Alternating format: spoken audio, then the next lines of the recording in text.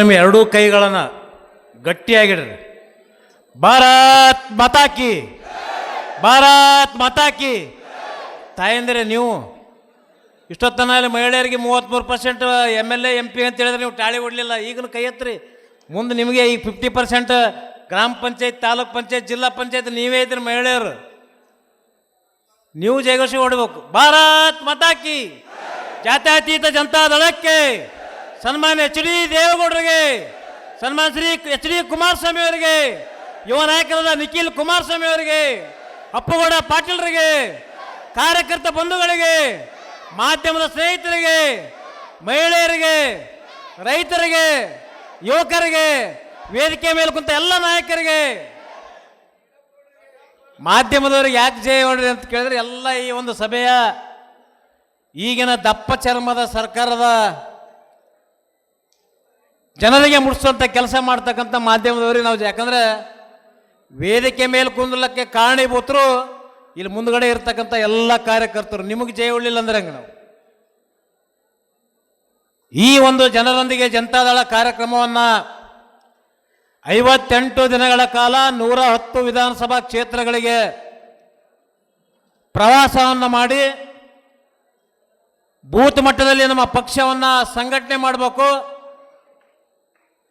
JDS ಪಕ್ಷದ ಸಾಧನೆಗಳು, ಸನ್ಮಾನ್ಯ ಮಾಜಿ ಪ್ರಧಾನಮಂತ್ರಿಗಳು, ನಮ್ಮ ರಾಷ್ಟ್ರೀಯ ಅಧ್ಯಕ್ಷರಂತ ದೇವೇಗೌಡರು ಸಾಹೇಬರು, ಕುಮಾರಣ್ಣನವರ ಸರ್ಕಾರದ ಅವಧಿಯಲ್ಲಿ ಕೊಟ್ಟಂತ ಯೋಜನೆಗಳ ಬಗ್ಗೆ ಮನೆ ಮನೆಗೆ ಮುಟ್ಟಿಸಬೇಕು ಅಂತಕ್ಕಂಥ ಒಂದು ಉದ್ದೇಶವನ್ನು ಇಟ್ಟುಕೊಂಡು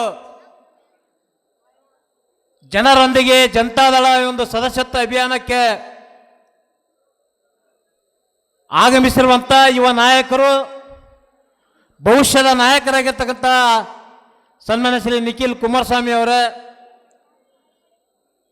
ಯಾರು ಅನ್ಯತೆ ಭಾವಿಸೋದು ಈ ಒಂದು ಕ್ಷೇತ್ರದ ಭಾವಿ ಶಾಸಕರಾಗಿರ್ತಕ್ಕಂಥ ಅಪ್ಪಗೌಡ ಪಾಟೀಲ್ರವರೇ,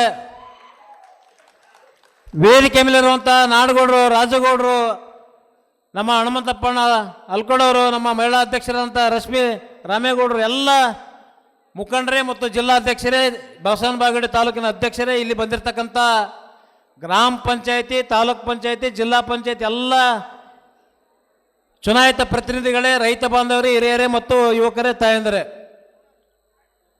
ನಾವು ಹೇಳಿದೆ ಬ್ಯಾಡ್ರಿ ಟೈಮ್ ಆಗ್ಯದ ಅಂತಂದೆ. ನಾವು ನಿಖಿಲ್ ಅಣ್ಣವ್ರಿಗೆ ಇಲ್ಲ ಒಂದು 4-6 ಅಂತ ಇವ್ರು ಹೇಳಿದ್ರು, ಇಲ್ಲ ಆಲ್ರೆಡಿ ಎಲ್ಲರೂ ಮಾತಾಡ್ಬಿಟ್ರಿ. ಈಗ ನಾನು ಒಂದೇ ಒಂದು ವಿಷಯವನ್ನು ಹೇಳಕ್ಕೆ ಇಚ್ಛೆಪಡ್ತೇನೆ. ಈ ಒಂದು ಸಂಘಟನೆಗೆ ಎಲ್ಲ ಹಿಂದೆ ಸರ್ಕಾರಗಳು ಮಾಡಿದಂಥ ಯೋಜನೆಗಳ ಬಗ್ಗೆ ಹೇಳಿದ್ದಾರೆ.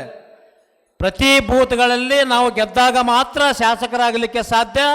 ಸಂಘಟನೆಯಲ್ಲಿ ನಾವು ಮುಂದೆ ಬರಬೇಕು. ನಿಮ್ಮ ನಿಮ್ಮ ಬೂತ್ಗಳಲ್ಲಿ ಹೆಚ್ಚಿನ ಸದಸ್ಯತ್ವವನ್ನು ಮಾಡೋದ್ರ ಮುಖಾಂತರ ನಮ್ಮ ಬೂತ್ ಗಟ್ಟಿದ್ರೆ ಎಲ್ಲ ಚುನಾವಣೆಯಲ್ಲಿ ಗೆಲ್ಲಲಿಕ್ಕೆ ಸಾಧ್ಯ. ಎಲ್ಲ ಬೂತ್ಗಳಲ್ಲಿ, ಎಲ್ಲ ಮತಗಟ್ಟೆಗಳಲ್ಲಿ ನಾವು ಲೀಡ್ ಆದಾಗ ಮಾತ್ರ ಯಾವುದೇ ಚುನಾವಣೆಯಲ್ಲಿ ಗೆಲ್ಲಲಿಕ್ಕೆ ಸಾಧ್ಯ. ಅಂಥ ಒಂದು ಗಟ್ಟಿ ಕಾರ್ಯಕರ್ತರು ಇಲ್ಲಿ ಯಾವುದೇ ಹಣದ ಆಮಿಷಕ್ಕೆ ಬಗ್ಗದೆ ಇವತ್ತಿಲ್ಲಿ ಪೇಮೆಂಟ್ ಕಾರ್ಯಕರ್ತರು ಬಂದಿಲ್ಲ, ಪರ್ಮನೆಂಟ್ ಕಾರ್ಯಕರ್ತರು ಬಂದಿದ್ದೀರಿ. ನಿಮ್ಮೆಲ್ಲರಿಗೆ ನಾನು ಅಭಿನಂದನೆಗಳನ್ನ ಸಲ್ಲಿಸ್ತೇನೆ.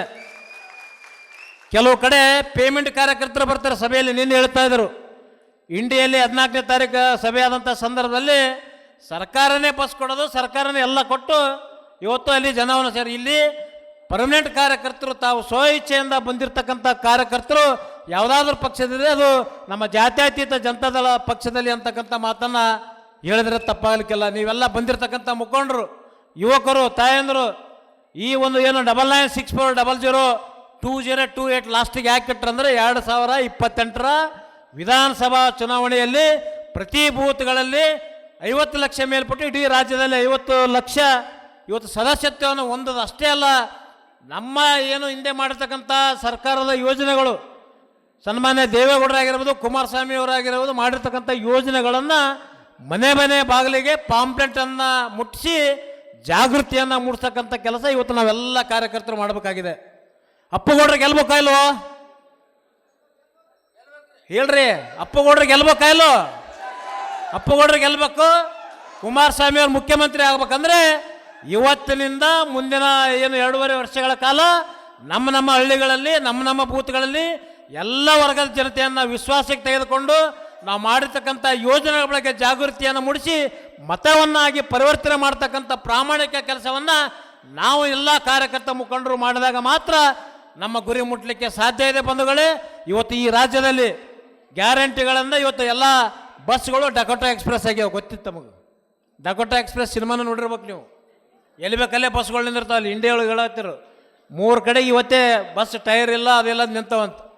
ಇವೆಲ್ಲ ವಿಚಾರಗಳನ್ನ ಇಟ್ಟುಕೊಂಡು ನಮ್ಮ ಕೇಂದ್ರದ ಸಚಿವರಾಗಿರ್ತಕ್ಕಂಥ ಸನ್ಮಾನ್ಯ ಕುಮಾರಸ್ವಾಮಿ ಅವರು 9,000 ಎಲೆಕ್ಟ್ರಾನಿಕ್ ಬಸ್ಗಳಲ್ಲಿ 4,500 ಕರ್ನಾಟಕ ಕೊಟ್ಟಂಥ ಮಹಾನ್ ನಾಯಕ ಯಾರಾದರೆ ಸನ್ಮಾನ್ಯ ಶ್ರೀ HD ಕುಮಾರಸ್ವಾಮಿ ಅವರು. ಕೇಂದ್ರದ ಬಂದಂಥ ಯೋಜನೆಗಳನ್ನು ನಮ್ಮ ನಾಡಿನ ಕನ್ನಡ ನಾಡಿಗೆ ಕೊಟ್ಟಂಥ ಕೀರ್ತಿ ಇವತ್ತು ಸನ್ಮಾನ್ಯ ಕುಮಾರಸ್ವಾಮಿ ಅವರು. ಹಲವಾರು ಯೋಜನೆಗಳ ಬಗ್ಗೆ ಎಲ್ಲರೂ ಮಾತಾಡಿದ್ರೆ ನಾನು ಹೆಚ್ಚಿಗೆ ಮಾತನಾಡಕ್ಕೆ ಹೋಗೋದಿಲ್ಲ ಬಂಧುಗಳೇ.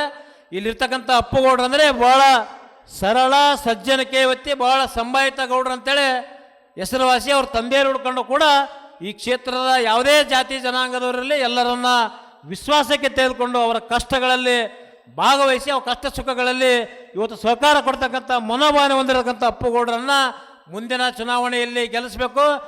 ಟಿಕೆಟ್ ತರೋದು ನಮ್ಮ ಕುಮಾರಸ್ವಾಮಿ ಅವರು, ನಿಖಿಲ್ ಅಣ್ಣವ್ರಿಗೆ ಬಿಟ್ಟದ್ದು. ಯಾಕಂದರೆ JDS BJP ಹೊಂದಾಣಿಕೆ ಇರುವಂಥ ಸಂದರ್ಭದಲ್ಲಿ ಈ ಕ್ಷೇತ್ರ ಜಿಲ್ಲೆಯಲ್ಲಿ 4 ಕ್ಷೇತ್ರಗಳನ್ನು ತಿಳಿದಾರೆ ನಿಖಿಲ್ ಅಣ್ಣವರು. ಅದರಲ್ಲಿ ಬಾಗೇವಾಡಿ ಒಂದು ಕ್ಷೇತ್ರ ಕೂಡ JDS ಪಕ್ಷಕ್ಕೆ ಸಿಗುವುದರಲ್ಲಿ ಯಾವುದೇ ಸಮಸ್ಯೆ ಇಲ್ಲ. ಟಿಕೆಟ್ ಕೊಡಿಸೋದು ಅವ್ರ ಜವಾಬ್ದಾರಿ, ಗೆಲ್ಲಿಸುವಂಥ ಜವಾಬ್ದಾರಿ ಇರ್ತಕ್ಕಂಥ ಎಲ್ಲ ಕಾರ್ಯಕರ್ತರು ಇವತ್ತಿನಿಂದನೇ ಸಂಕಲ್ಪನ ಮಾಡ್ಬೇಕಂತೇಳಿ ಒಂದು ಸಂದರ್ಭದಲ್ಲಿ ಹೇಳಿ ಮತ್ತೊಮ್ಮೆ ತಮ್ಮೆಲ್ಲರಿಗೆ ಒಂದಿಷ್ಟು ನಾನು 2 ಮಾತು ಮುಗಿಸ್ತೇನೆ. ಜೈ ಹಿಂದ್, ಜೈ JDS.